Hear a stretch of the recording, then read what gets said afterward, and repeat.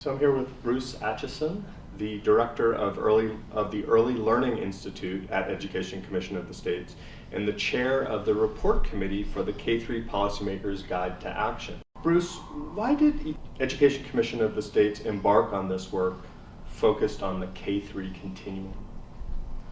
It's a good question. So let me put this in the framework of the education continuum. So if you think of education, typically we define it as a P20 continuum, right? Like P being pre-K through the 20 being post-secondary. The bookends of the P20 continuum are post-secondary education and early childhood education, with K-12 getting the majority of the money, the majority of the policies, the majority of the focus in this country, is around K-12.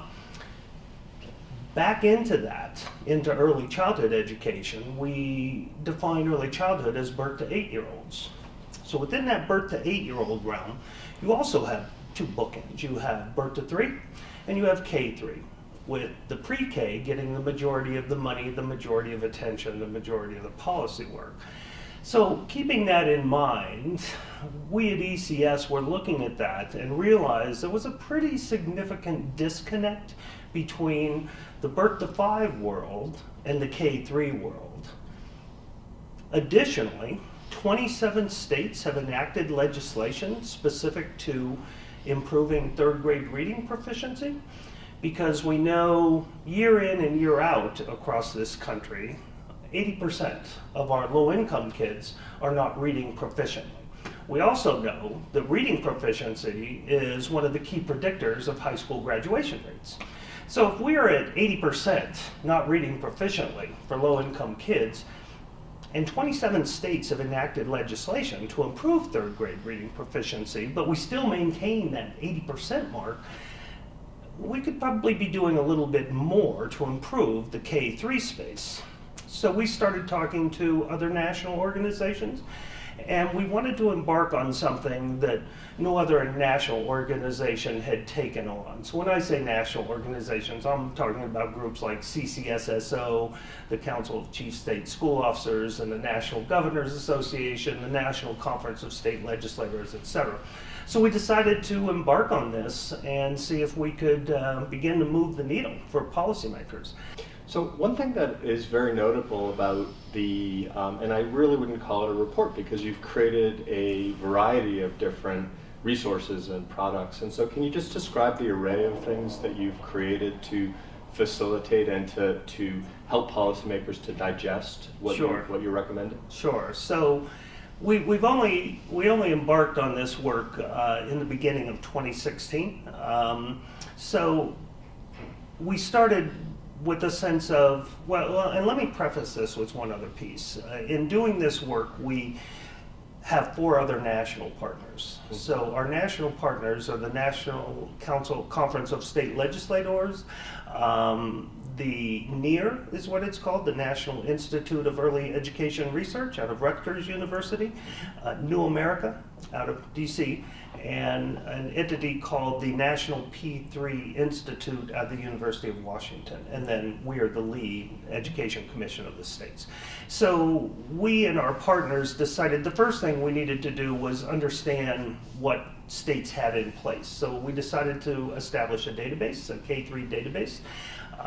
We started with 37 data points and decided if we were going to know what every state was doing on these 37 data points, it would be a little overwhelming.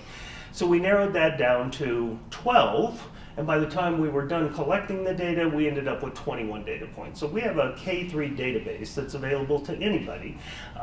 They can go to our website and access this database so you can see what your state has in place based on these 21 data points or what any other state is doing. So we established a database to help policymakers understand the issue. We established, we wrote a companion document that we released with the database explaining the importance of this issue and why policymakers should be paying attention to this issue. In the last 10 months, we've also done a policy brief on how states are funding full-day kindergarten, which is an indicator of quality in the K-3 space. And then we put out this guide to action, which we're releasing at this conference, our Education Commission of the State's Commissioners, Winter Commissioners meeting. And if I could just take a moment to tell you how that came about. Sure. So what we decided was we're not the content experts on this topic. So we decided to do what we labeled as a thinkers meeting. So at the end of July, after we had the database established, we pulled together 12 of what we considered to be the country's top content experts on this topic. So we had a superintendent, we had people from national organizations, we had a couple of professors from universities, we had 2 teachers. So we had 12 content experts, and essentially we locked them up in a room in Chicago for 2 days and asked the question, what policy levers should states have in place if they're going to improve quality of education, the quality of education in kindergarten through 3rd grade?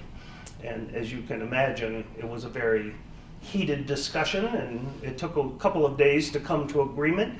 They came away having identified 25 different policy levers. These are state policy levers, so things that states could have in statute to help improve K-3 quality.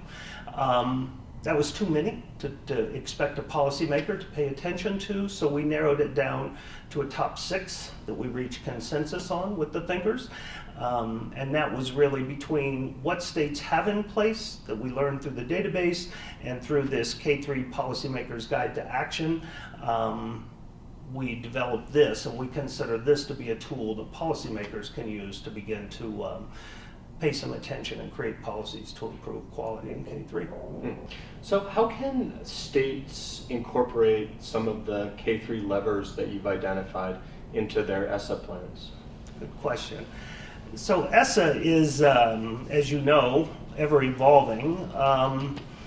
And one of the components of the federal act is that states and schools and districts will provide a well-rounded education.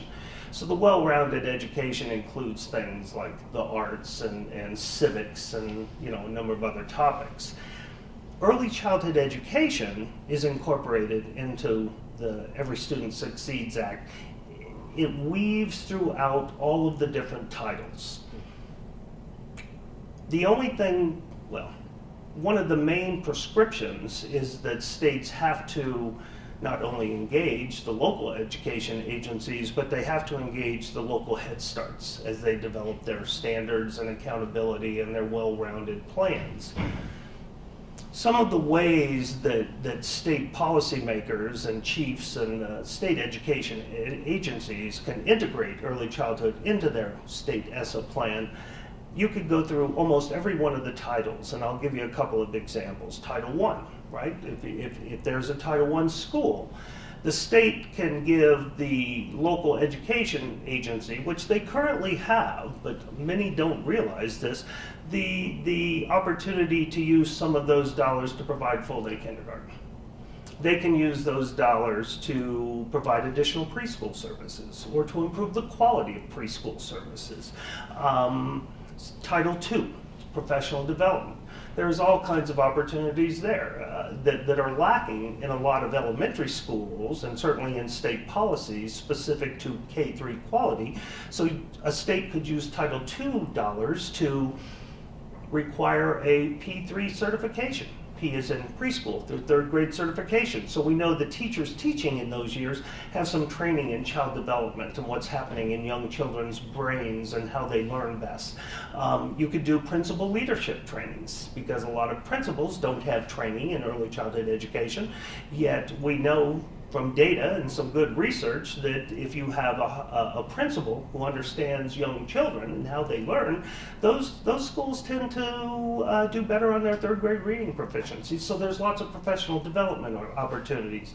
Title IV around English language learners and dual language learners. I mean, there's tremendous opportunities there, not only with Title I, but with Title IV around how you integrate what's going on in the earlier years with pre-K with what's going on in the K-3 space to ensure that the English and dual language learners are getting their needs met to be successful by the end of 3rd grade.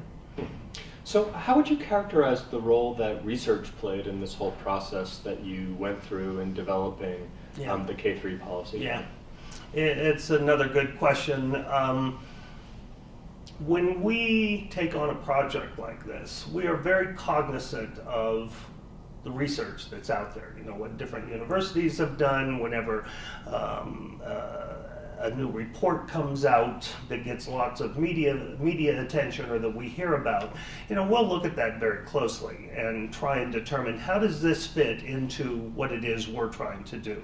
So specific to the K-3 work, I mean, there's some good research that's been done. I mean, historically, if you ask people, why is this important? You know, they're going to cite the Apicadarian study and the Perry Preschool Project study and the Chicago Parent Family study, which are all terrific studies, but they also focus mostly on birth to 5-year-olds. Some of those did go into 3rd grade, but there's been other studies out of the University of Michigan. Nell Duke has done tremendous studies on 3rd grade reading.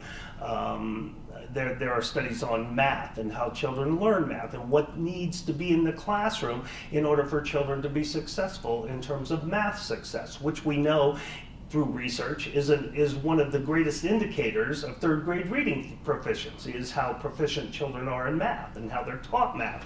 So research is a key component, so we always try and look at what the best practices are, what has been successful that states have done, what the research tells us about a particular topic, and what the data tells us. So thus the K-3 database, right? Right. Yeah. Bruce Atchison from Education Commission of the States, thank you so much. Thank for your you, time. John. Yes, thank you very much.